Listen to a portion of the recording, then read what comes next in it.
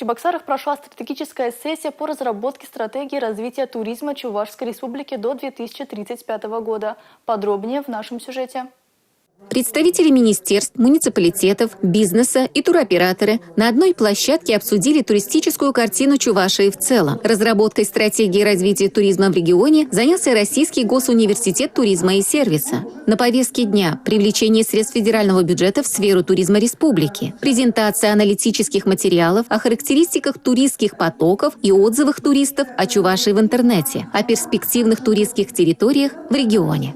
Сегодня наша цель – это сформировать и проанализировать реальный поток туристов, определить основные точки притяжения для туристов, синхронизировать это с федеральными программами, получить финансирование и таким образом зайти на федеральную карту и быть интересным, привлекательным для туриста России. Мы привлекли, безусловно, федеральных экспертов, которые обладают опытом реализации не только стратегий, концепций, но и программ.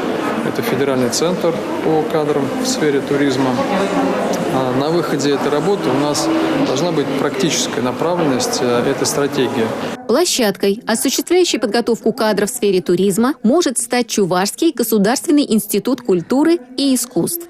В планах создания дальнейшей кафедры, но так как сейчас на базе РГУТИСа создан центр компетенции, мы возьмем эту лучшую практику, которая уже реализована, по крайней мере, для Москвы и Московской области, и применим ее на Чувашскую республику. Я думаю, что это позволит, наверное, повысить уровень культуры и сервиса всех наших объектов показа и туристических объектов, которые посещают наши туристы. Результаты этой масштабной работы будут представлены 1 декабря на выставке «Россия» в День региона. Надежда Морозова, Игорь Зверев, Национальное телевидение Чувашии.